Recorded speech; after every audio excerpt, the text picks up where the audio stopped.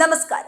ಒಂದು work place ಅಂದ ತಕ್ಷಣ ಒಂದು ಎಂಪ್ಲಾಯೀಸ್ ಇರಬಹುದು ಅಥವಾ ಕಾರ್ಮಿಕರಿರಬಹುದು ಅಥವಾ ಏನೋ ಒಂದು ಸ್ವಂತ ಉದ್ಯಮ ಮಾಡೋರಿಗೂ ಕೂಡ ವರ್ಕ್ ಪ್ರೆಷರ್ ಅನ್ನುವಂಥದ್ದು ಇದ್ದೇ ಇರುತ್ತೆ. ಅದ್ರ ಜೊತೆಗೆ ಸ್ಟ್ರೆಸ್ ಅನ್ನುವಂಥದ್ದು ಇರುತ್ತೆ, ಕೋಪ ಅನ್ನುವಂಥದ್ದು ಬರುತ್ತೆ, ಸುಸ್ತು ಅನ್ನುವಂಥದ್ದು ಆಗುತ್ತೆ.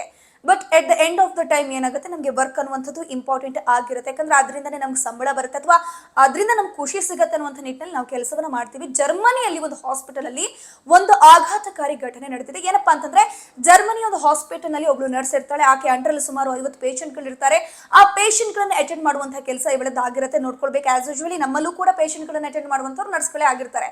ಸೊ ನರ್ಸ್ಗಳಿಗೂ ಕೂಡ ಫ್ರಸ್ಟ್ರೇಷನ್ ಅನ್ನುವಂಥದ್ದು ಇರುತ್ತೆ. ಬಟ್ ಇಲ್ಲಿ ತನಗಿರುವಂತಹ ಸ್ಟ್ರೆಸ್ ಕಡಿಮೆ ಆಗಬೇಕು, ತನಗಿರುವಂತಹ ವರ್ಕ್ ಲೋಡ್ ಕಮ್ಮಿ ಆಗಬೇಕು ಅಂತ ಹೇಳುವ ನಿಟ್ಟಿನಲ್ಲಿ ಈ ಒಬ್ಳು ಪಶ್ಚಿಮ ಜರ್ಮನಿಯಲ್ಲಿರುವಂತಹ ಒಂದು ಹಾಸ್ಪಿಟಲ್ ನರ್ಸ್ ಏನ್ ಮಾಡಿದಾಳೆ, ಸುಮಾರು 10 ಜನರನ್ನ ಕೊಲೆ ಮಾಡಿದಾಳೆ. ಅಂದ್ರೆ ಆಲ್ರೆಡಿ ಅವರು ಪೇಷಂಟ್ಗಳಾಗಿರ್ತಾರೆ. ಸೊ ಅವರಿಗೆ ಚಿಕಿತ್ಸೆ ನೀಡದೆ ಹೋಗಿದ್ರಿಂದ ಆ 10 ಜನ ಸಾವನ್ನಪ್ಪಿದ್ದಾರೆ. ಇನ್ನುಳಿದವರ ಕೊಲೆಗೂ ಕೂಡ ಈಕೆ ಪ್ಲಾನ್ ಅನ್ನ ಮಾಡಿದ್ರಂತೆ. ಈಕೆಗೆ ಸದ್ಯ ಶಿಕ್ಷೆ ಆಗಿದೆ.